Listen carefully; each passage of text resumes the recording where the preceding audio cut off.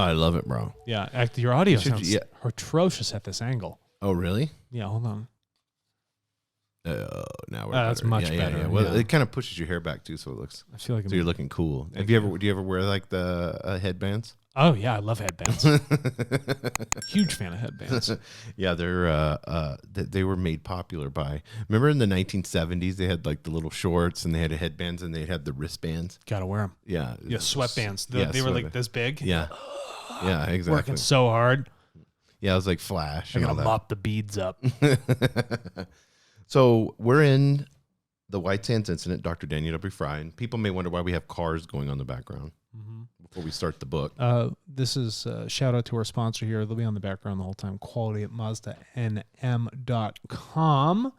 If you're looking for an educative car buying process locally here in the Southwest, Texas, New Mexico, and Colorado, you can find that over at Quality Mazda. They will walk you through, make you comfortable. You can do everything remotely if you need to for the purchasing of that car. And it's a quality automobile, and it's going to last you a long time, and there's a lot of good meaning behind the name Mazda. Yeah, I just got a 2021 Mazda CX-5, and I did it all remotely. It has beautiful Bose sound system in it, too. Yeah. It's comfortable. Yeah. It feels rock solid. Oh, yeah. I've been in a lot of cars. A lot feel like junk. It's a good car. Yeah, it's a good car. They just won, I think it's up there on one of their slides, but Consumer Reports just gave them number one. Yeah. Yeah, winner by a mile, Mazda's number one in reliability. Yeah. Consumer Reports. So shout out to Quality Mazda, New Mexico. Thank you again for all your support. Yeah, so one of the things that I want to get into is, especially when he's inside of the ship, and Alan, the extraterrestrial, is talking to Dr. Fry. Yes. On this White Sands incident that's happening. So they're in the ship. They're having this discussion about how they're going to communicate, because Dr. Fry wants to know the interior of the ship and kind of, he has an engineer science brain. So this is his thing. So he said, can you just telepathically send me the image? He said, I'll concentrate really hard. Alan responds. He said, concentration will bar the receiving of any information. And they said, you're really good at moving into a relaxed state, which is unnatural for people of your species or of your race. So he starts to then talk about the practice that Dr. Daniel Fry uses to calm himself down at the end of the day. Yeah, and he was able to make contact. Alan said, the extraterrestrial said he was able to make contact with your mind, and we'll go to the book. In fact, it was through this ability that I first made contact with your mind.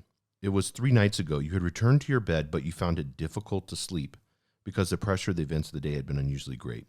You made use of a mental device.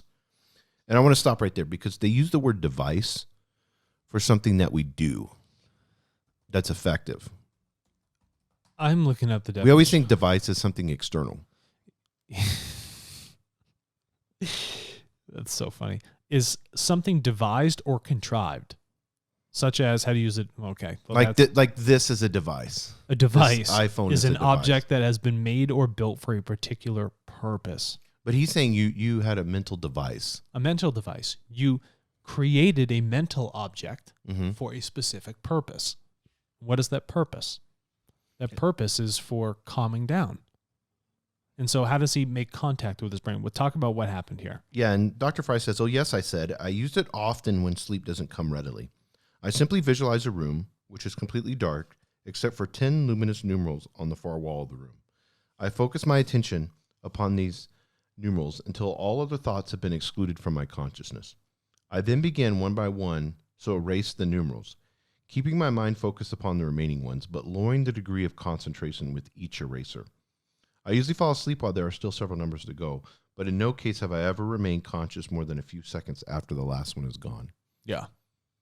I mean, a state of extreme relaxation. He does it in bed, but if you do that in a meditative state, you can be awake and still have that level of relaxation. Yeah, and Alan says exactly. This process not only relaxes your conscious mind, but it also returns all extraneous thoughts to their proper place in the filing cabinet of the unconscious portion of the mind. Right. So remember I said we're just over inundated with thoughts themselves? Those things can settle and go where they belong and afford you just this open vacuum of space within the mind to just receive what needs to be received. And that's what he says. Alan says it's to transmit, receive much more readily than the conscious mind ever does. Mm-hmm. So, and he talks about, this is what I find interesting, is when extraterrestrials have the ability to enter our minds, or have maybe not enter?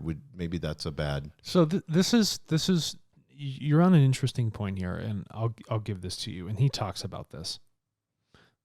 We talk about free will all the time, right? It's our free will, right to privacy, all this other shit. Truth is something that is never hidden, correct? So, yes. Yeah, exactly. So in that context, in that creational context, we in the material sense can hide things, choose not to share. We're also underdeveloped in certain aspects of our consciousness. Our brains are constant emitters. So they're not essentially entering our mind. They're listening to our mind because we're constantly emitting. They're aware of it. But we always think our thoughts are just our own. But they're going out everywhere, radiating. Why do you think your skull's shaped the way it is? So in that sort of function, they listen all the time, but they have the choice to listen, which they choose to do. But in our context, someone's like, why are you reading my thoughts? Well, it's like, I can't help it. You're having the thoughts. Yes. They're always emitting, like the sun. It's always going out, right? It's always... So they're not really stepping on that creational law of free will, of choice, of that action, because it's already happening. They're just choosing to receive it. Does that make sense? Yes, that makes perfect sense. So in our sense, we're like, these are our private thoughts. Well, not really. Nothing is ever private. In all truth, there's always light brought on truth. Nothing is actually hidden. There's a great comment I read in a book called ESP. It was by Russell Targ.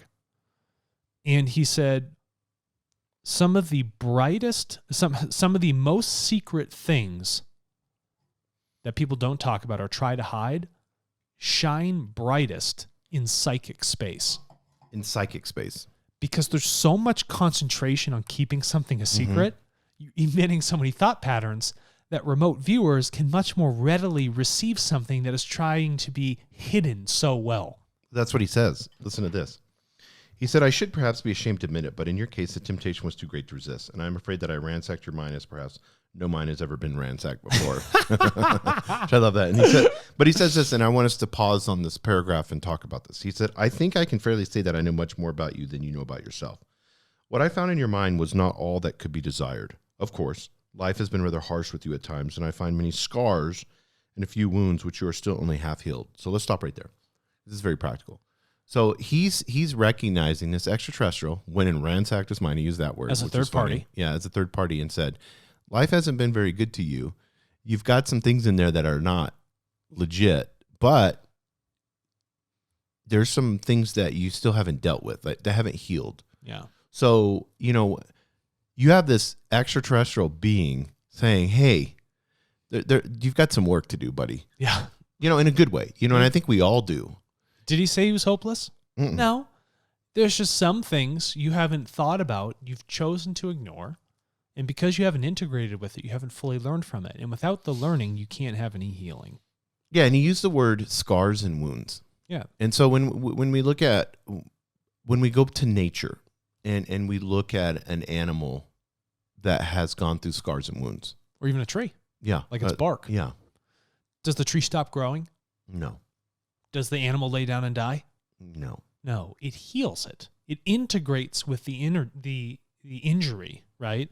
It integrates with that action that has occurred, but it still continues to evolve past. But the scar is a reminder of learning. Yeah, that's of course it is, right? It doesn't, you don't have to overcome your fears. You need to integrate with them. And an integration of these things is an understanding. So if you have a wound, if you have a trauma, integrate with it, understand it.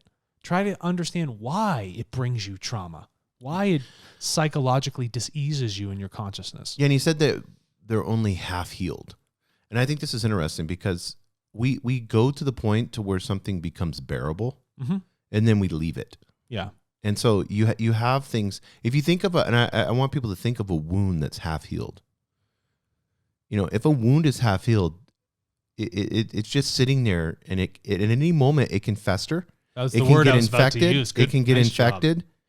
Job. So that wound is open readily. All it needs is an irritant, a bacteria, something, and then now all of a sudden it's full bore back to a wound. Right. You know, and a lot of things in our life are this way in the sense of we can have a person, and it has nothing to do with the person. And we need to understand this because that person could be a catalyst to that half-healed wound, you know, and so it can be an irritant to the wound. And then you turn around and play victim and blame the person. Yeah. But it's actually that half-healed wound that caused this trauma in your life. That's precisely correct. And it's deep. It's very deep. But you don't want to look at it because for a lot of people, those are uncomfortable places to go. They don't want to reopen that wound. Maybe you need to clean it out sometimes. Saline wash that thing, right? But that goes in. It requires integration with it. It requires understanding. You need to be a surgeon within your own mind and those thoughts. I think, you know, it's like you always see these pastors, especially here in America, you know, and they're so anti-gay. Yep. You know, and then later you find out that they got busted, you know, for, you know, being gay. Yeah. And which is funny, but being gay, why do you have to even label it? But whatever. Who cares? Yeah. But whenever you see that, they're like just so dogmatic and so, you know, they have this something in their life that has caused them to view that sexual preference as a wound. Yep. You know, and then they turn around and they take that wound and they double down on dogmatism, and then they create a belief system around the wound. Yep. And then from there, they have to make sure that they force that belief system on other people's free will.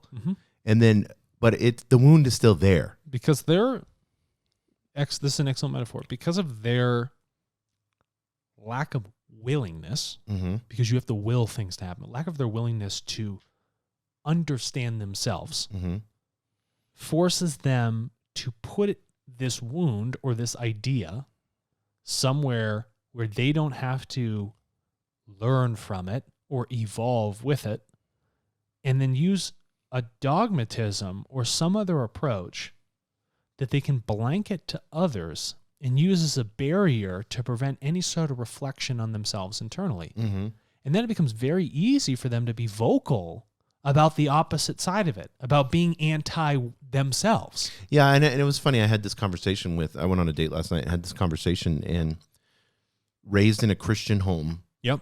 Had a friend that they became really close. This is a female, had another female friend that they became really close. And then they one night, you know, started making out or whatever. And then it led to sex. And then guilt came in.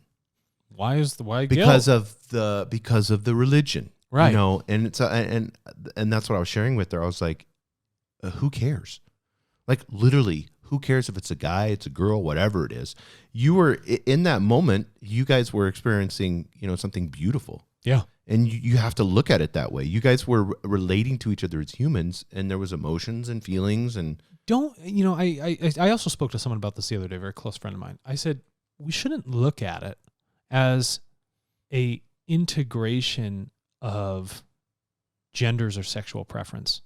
We should look at it as an integration of energies. And some energies just work well together. Yes. Yeah, exactly. 100%. Yeah. Don't put a label on it. It's just someone has an energy of thought and feeling one way, and as does another. And if they happen to work well, if there's like an attraction to those energies, let that be. Well, you know, because now we have to, you're exactly 100% right, because now we have to label it. So now she began, well, am I lesbian? Am I this? Am I that? Does it matter? Does it? Okay, you had a moment with a human. Gay, straight, or upside down, doesn't matter. It's just matter, energy, yeah. you know? It's okay. It's just so silly to me that we take, you know, and you can look at it, you know, like this division that we had, especially here in the United States, with this political division, and all of it was wounds, opening wounds. These leaders were opening people's wounds, going against their free will, and then from there, allowing fear and control to come in and create division. Yeah. And they thought the fear and the control would be the healing. It's not. Mm-mm. It never is. Yeah, because you can't heal externally. No, it's all It's your wound. It's all internal. Politician will never heal anything for you. No, yeah, exactly. You know, there's tools out there that you can use to kind of help with that, like meditation. But yeah, for me, and I wrote this yesterday on Instagram when I was running, because I was running and I was like, what is the biggest thing that has happened to me, here lately that I think has helped me more than anything. And I wrote this. It was like truly being honest with myself. Mm-hmm. Like being honest. Because we if you really think about it, we fuck ourselves up all the time by being dishonest with ourselves. Yep. And so I was thinking about those, like, what is me being honest with myself? Well, I do have this fear. Okay, well, let me sit with the fear. Yeah. Right now, okay, what am I fearing? Oh, okay, I'm fearing this, this, and this. Okay, well, let me sit with it. Well, why am I fearing this? Okay, well, what is worst case scenario? What is the great, and then being self-aware enough to reverse engineer it and go through the whole process of it. And then it's funny, it always, for me, especially, and I don't know for you, how you work it. I would like to see yours. But for me, it like demystifies it. Yep. And then it takes the emotion away from it. Yep. And now I have some logical perspective on how I can handle the situation. I do it all the time. Yeah. That's exactly my process. Yeah. Whether I'm rock climbing and I'm whatever amount of thing up and I'm like, why am I freaked out right now? Mm-hmm. Just stop. And I have to sit there in the fear. Yeah. Because I'm all the way up there. Yeah. And everything is in my hands. There's no one to blame at this moment but yourself. Yeah. And then you're like, well, what am I blaming? Yeah, you put yourself on the wall. I'm here. You know, this is my action. The wall doesn't care. No. And then you go through that and you do this so many times, this thinking process, this deep honesty, then it's just a natural thing. Then you realize, oh, that was interesting. I had that fear. And then you'd be like, that was really illogical. Yeah, I have that T-shirt and I wear it sometimes. You've seen it. It says, nobody cares, work harder. Yeah. But it's the whole idea, and everybody perceives it as being negative, but it's like really nature's doing its thing. Whether it's a human or it's an animal or whatever, it's doing its own thing. Right. Like it doesn't care. And those just being nature, right? And, in our previous episode, we talked about the difference, between animals and humans. We can sit there in fight or flight mode. Mm-hmm. We can sit in that state and be like, oh, let me calm down and think this emotional response through. Mm-hmm. You can do that. Animals won't do that. They won't consider, how should I act in this moment? And you can't build up a certain conscious muscle to work towards that. That's what makes us so fundamentally different. Yeah, it's like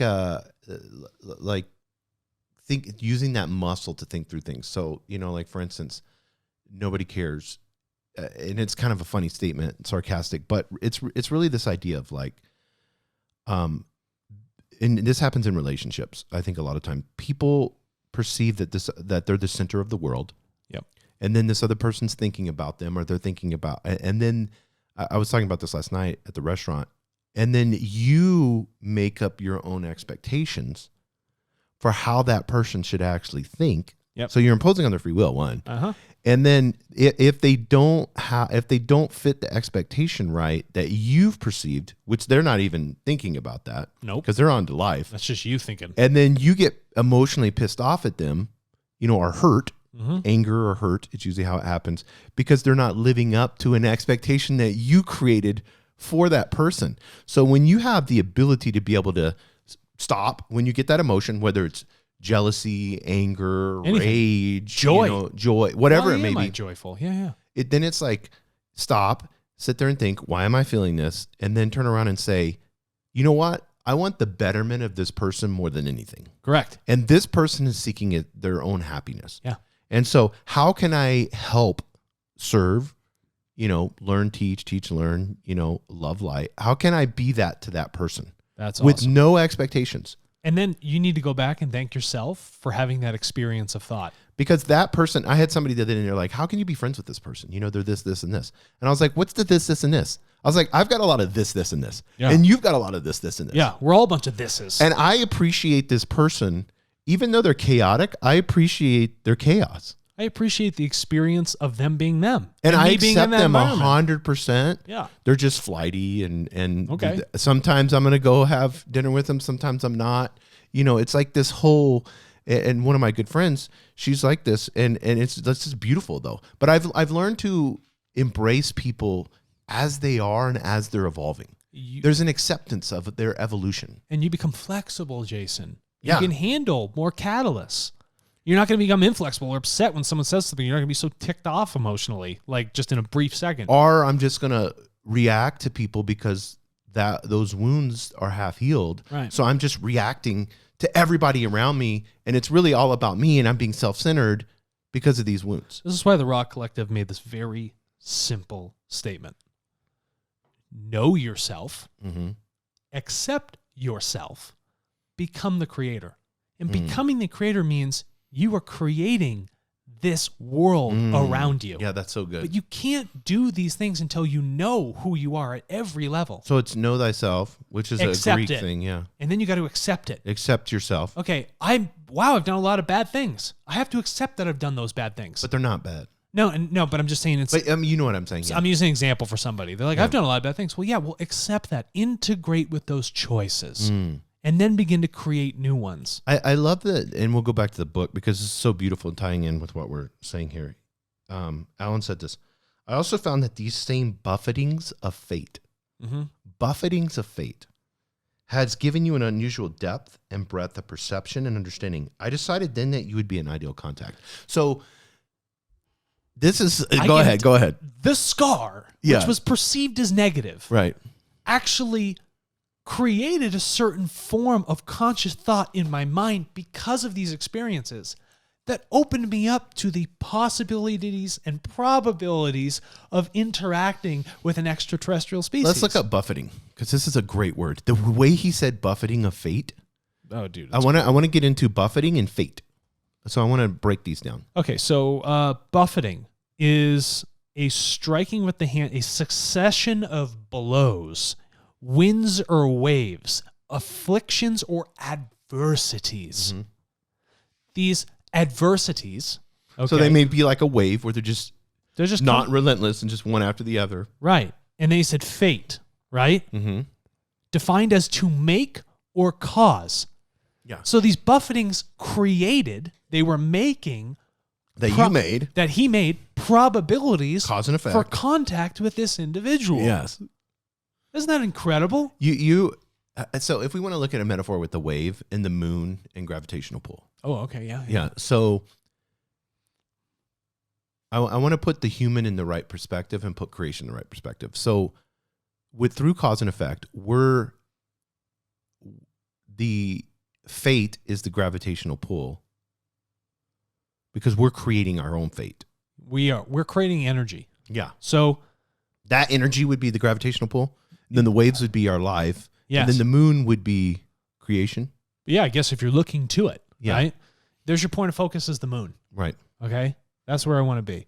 But now I'm creating all of these thoughts around it. Because you have to have the moon. So it creates a gravity, right? So I'm thinking about the moon, I'm throwing my thoughts at it. And then gravity is yanking the waves towards this moon. Right. Right? So whether it's the moon, the earth, the water, whether it's you, the sun, whether it's your thoughts in creation, whether it's the bird outside in your job you're going into today, all of these things lead to evolution of thought in one sense or the other. They all are this system of cause and effect, sharing the same metaphor because they are bound by the same laws, because they live within creation and nature itself. And love, so this is going to bring us back. Alan's going to bring us back. Look what he said. He said, but again, we have strayed from the project at hand. Yeah, he slaps. Yeah, he's like a good comedian. Well, I'm going to bring it right back around now. I was going to suggest that you use your own method of relaxing your mind. Keep your eyes upon the area of the viewing screen, which is now dark. Then when your mind is relaxed, I will attempt to give you a mental picture of the interior of the craft in which you are riding. Yeah. It was not necessary for me to visualize a darkened room. And then he goes into, the viewing beam was turned off. It was totally dark. And so he began to visualize these numbers on the screen. So he looked at the screen and he went to a process that he knows, that he's familiar with. He's practiced it. Yes. So if you've practiced a process and you get put into a situation that's unfamiliar, you can go back to that process. Why do you think they trained you so hard in the Marines? Yeah, because when you're actually getting live bullets thrown at you. When they say shit hits the fan. Yeah, that's why they had shoot bullets above us in practice. Yeah, correct. To get used to the zing, ding, ding. Yeah. Yeah. Eventually, I gave up trying to exclude them entirely, swept them as far back as possible, and began to erase the numerals. My mind cleared, so by the time I reached the last one, I was almost asleep. And then in the left-hand portion of the picture, so he starts to be seeing this picture, I recognized the compartment in which I was riding, and I knew that the picture must represent the interior of the entire craft.